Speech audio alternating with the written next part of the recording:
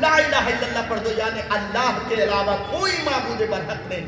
جیسے ہی اللہ کے رسول دعوت پیش کیے، اب کوئی نہیں بول رہا ہے کہ آپ جھوٹ بول رہے ہیں۔ کیوں بولیے تو کیوں؟ ابھی تو اقرار کیے کہ آپ جھوٹ نہیں بولتے، یہ دیکھیے طریقہ، ابھی تو اقرار کیے کہ آپ جھوٹ نہیں بولتے، اب اور جب آپ دعوت پیش کر دیے کہ لا الہ الا اللہ پڑھ لو، لا الہ الا اللہ کو تسلیم کر لو، تم کامیاب ہو جاؤ گے، اب کوئی جھوٹ نہیں بول رہا، سب سر نیچے کیے ہوئے ہیں۔ اب جھوٹ بولیں گے تو ابھی ہم پھنس جائیں گے، ابھی تو ہم نے کہا کہ آپ جھوٹ نہیں بولتے، اور اب اگر ابھی ہم بولیں گے کہ اب جھوٹ بول رہے ہیں تو ابھی تو ہم پھنس جائیں گے۔ تو کسی کی ہمت نہیں ہو رہی ہے کہ اللہ کے رسول کے سامنے کہیں کہ آپ جھوٹ بول رہے ہیں۔ جب کسی کی ہمت نہیں ہوئی تو اس گھر کو آگ لگ گئی گھر کے ہی چراغ سے۔ جب کسی کی ہمت نہیں ہوئی تو نبی کا اپنا سگا چچا ابو لہب یہ اٹھتا ہے اور کہتا ہے تو ہلاک ہوگا، برباد ہوگا، کیا تم نے اسی لیے ہم لوگوں کو یہاں جمع کیا تھا؟ 360 مورتیوں کی عبادت ہم باپ دادے کے زمانے سے کرتے آ رہے ہیں، کیا ہم ان کی عبادت کو چھوڑ دیں؟ اسی لیے تم نے جمع کیا تھا، تو برباد ہو جا، ہلاک ہو جا، تیرے دونوں ہاتھ ہلاک ہو جائے، برباد ہو جائے۔ ایکشن لے لیا کس نے؟ چچا نے جب ایکشن لیا تو پوائنٹ سیکھیے، اس ایکشن کے بدلے میں اللہ کے رسول ریئیکشن نہیں، اللہ کے رسول خاموشی سے پہاڑ سے اترے اور چلے گئے۔ اس سے ایک نکتہ یہ نکلتا ہے کہ ہر سوال کا جواب نہیں دیا جاتا ہے۔ اگر اللہ کے رسول اس وقت چچا سے کچھ باتیں کرتے، ریئیکشن لے لیتے، اللہ کے رسول بھی ادھر سے ایکشن لیتے ہیں، تو پورا جو پلاننگ بنا کے آئے تھے اللہ کے رسول وہ گڑبڑ ہو جاتا۔ اللہ کے رسول نہیں کچھ نہیں بولے اور وہاں سے اتر کر کے آپ چلے گئے۔ میرے بھائی تو جب اللہ کے رسول کچھ جواب نہیں دیے تو اللہ نے اپنے طرف سے اللہ رب العالمین جواب دے دیے، اور قرآن مجید میں پوری ایک سورت ہی اللہ نے نازل کر دی۔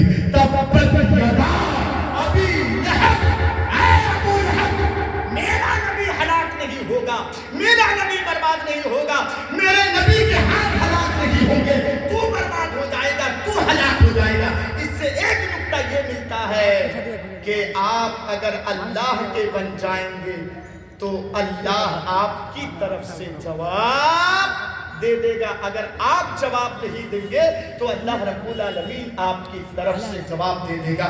یہ میں نے وہ خلاصہ بیان کر دیا جو مجھ سے پہلے شیخ محترم تقریر کر رہے تھے، دعوت و تبلیغ کا خلاصہ، کیسے دعوت دی جائے، کس انداز میں دی جائے، کیسے ہم دعوت کو پیش کریں، یہ میں آپ کے سامنے پیش کر دیا۔ میرے بھائی آپ سنیے، نبی اکرم نے جب لوگوں کو اس انداز میں اللہ کے رسول دعوت دیے، اللہ کے رسول جب ایکشن نہیں لیے، ایکشن کے بدلے میں جب اللہ کے رسول ریئیکشن نہیں لیے، تو اس دعوت کا نتیجہ یہ نکلا کہ مسلمانوں نے اسلام کو بچانے کے لیے، صحابہ کرام نے اسلام کو بچانے کے لیے اپنی جانیں تک قربان کر دی۔ اے لوگوں، اسلام ایک بڑی نعمت ہے۔ میں نے یہ آیت کریمہ خطبہ مسنونہ کی بات تلاوت کی ہے، وَإِن تَعُدُّوا نِعْمَتَ اللَّهِ لَا تُحْصُوهَا، اگر تم اللہ کی نعمتوں کو گننا چاہو، شمار کرنا چاہو تو تم نہیں شمار کر سکتے، یہ تمہاری بس کی بات نہیں ہے۔